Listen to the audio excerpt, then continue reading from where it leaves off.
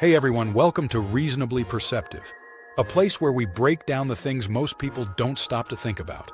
If you're into thought-provoking discussions, deep dives, and a little bit of nostalgia, you're in the right place. Before we jump in, don't forget to like this video and subscribe to the channel. As a growing channel, your support means everything. It helps us improve, reach more people, and bring you even better content. It also helps more people find these conversations.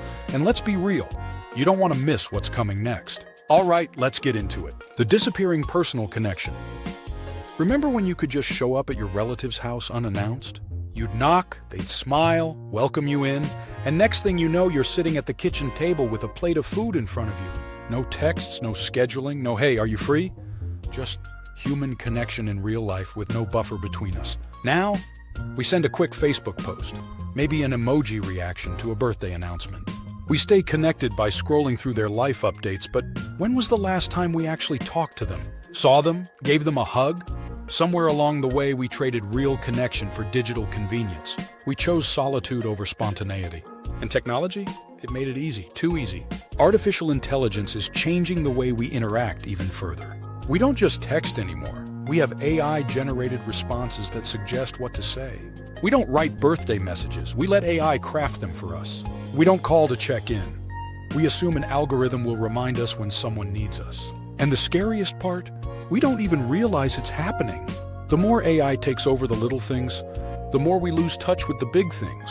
The nuances of a real conversation, the warmth in someone's voice, the way a simple visit can turn into a 2-hour deep dive into life's problems and joys. These are the things that make relationships real. And yet, we're letting automation take over without questioning the cost. Look, technology isn't bad, AI isn't evil, but we have to be mindful of how we use it. We've convinced ourselves that convenience is the ultimate goal. Why visit when you can text?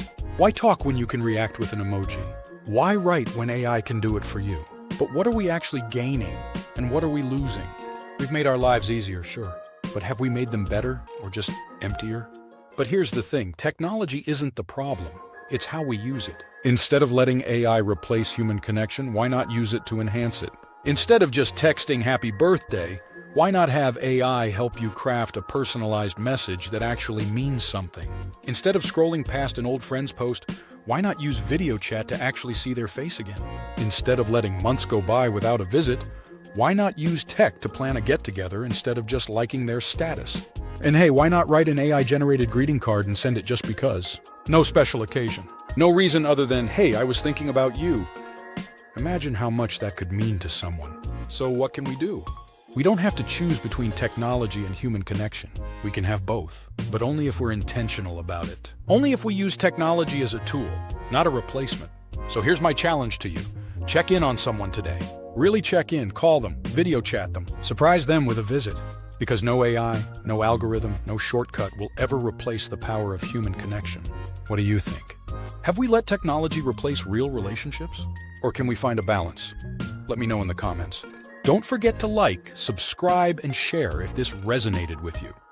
And if there's a topic you'd like me to cover, drop it in the comments or email me at reasonablyperceptive@outlook.com.